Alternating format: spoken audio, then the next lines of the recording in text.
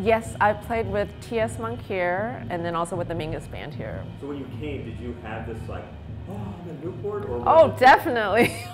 I mean, I remember driving up like, oh my gosh, this is the historic Newport Festival, Ellington and Newport, Coltrane, all these big acts, and just seeing the grounds. It's just glorious. You know, I loved it. I just give it all, I take it all in. It's every time it's like the first time. I love being here. Even though the second time was raining, which kind of was not fun. But yeah, no, and just to see great artists, your colleagues, it's so inspiring. A little scary for me too. But it's just, yeah, I just love the Newport Jazz Festival, and just so honored to be here and very excited to play with the Mingus Band again.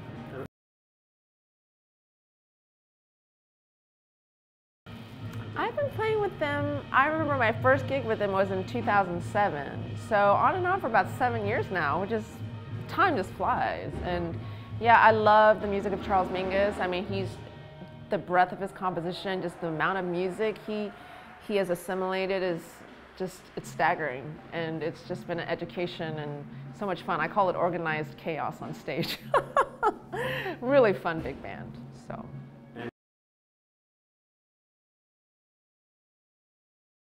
The Jazz Standard has a Monday residency at the Jazz Standard. And yeah, I'm not the only pianist. She's like a rotating cast. I know Dave Kikoski plays and Orrin Evans. And so yeah, I think she just kind of keeps it amongst whoever she wants to play. And then I've been fortunate to do some touring with them also, which is a lot of fun. And of course, to play the music, it's like an education every time.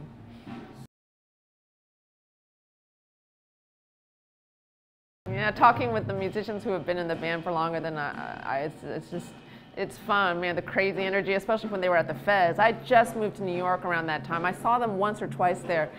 So it's, I said, wow, it must have been something to be in the band that time with John Stubblefield, John Hicks, and, you know, it's a real testament to Sue Mingus to hold something like this together. It's, you know, musicians are always a scraggly bunch in some ways, and to hold 16 of them in one place at one time is no easy feat. So yeah, I'm just excited to be a part of it. And what have you sort of learned from that experience about him as a sort of composer and musician?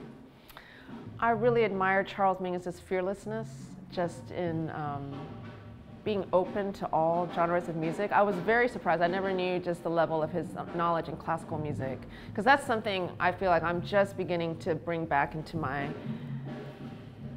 I don't know, working practice maybe, because I felt like I really wanted to get this jazz down. I wanted to be an authentic player, really get the swing, and I just kind of shelved all the classical stuff. But now that I feel like I'm no longer drowning, you know, just his orchestration,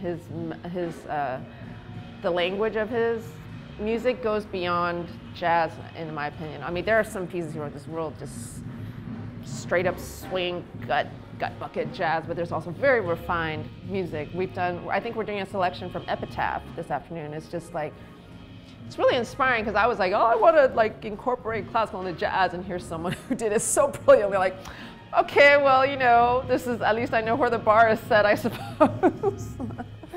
Yeah.